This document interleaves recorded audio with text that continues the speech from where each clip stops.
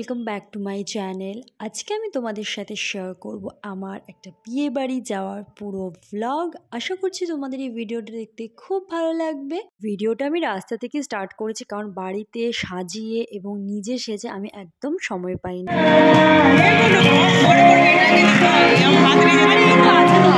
আমরা বিয়ে বাড়ি গেলাম তখন বাজে 9টা।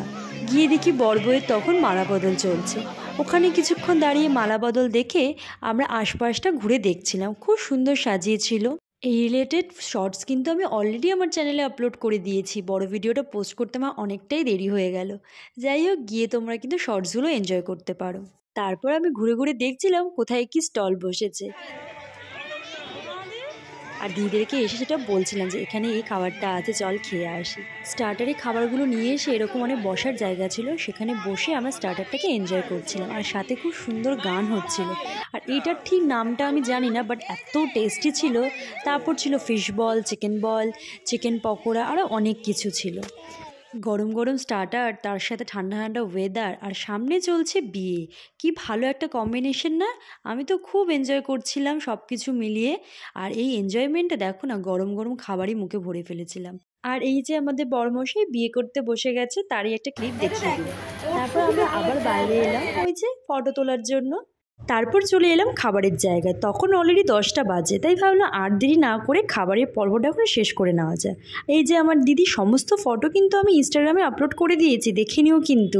সবার ফার্স্ট আমি নিলাম বেবি নান, তারপর গেলাম ছোলে বাটারে নিতে। তারপর ছিল পনির বাটার মশলা, আমি সেটাকেও নিয়েছিলাম।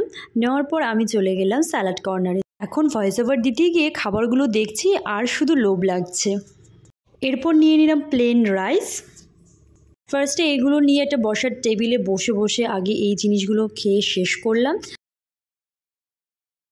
এরপর চললাম নেক্সট আইটেমগুলোর দিকে। ফার্স্টে নিলাম এখানে ভেটকি পাতুরি ছিল, এটা অসম্ভব টেস্ট ছিল খেতে, আমার তো ভীষণ ভালো লেগেছে। এরপর ছিল চিতল মাছের মুইটা। উফ, এখনও নামটা মনে করে আমার এত ভালো লাগছে, কারণ খাবারটা খেতেও ওরকমই টেস্টি ছিল, মাটনের মতো টেস্ট, মনেই হবে না যেটা মাছ খাচ্ছি।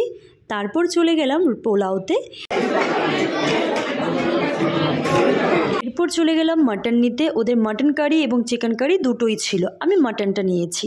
এরপর লাস্টে ছিল ডেজার্টে 3 রকমের আইটেম ছিল, চাটনি, ক্ষীর, পাঁপড়, মালপোয়া, অনেক কিছু ছিল। আমি জাস্ট নিয়েছিলাম সন্দেশ আর তার সাথে একটু চাটনি।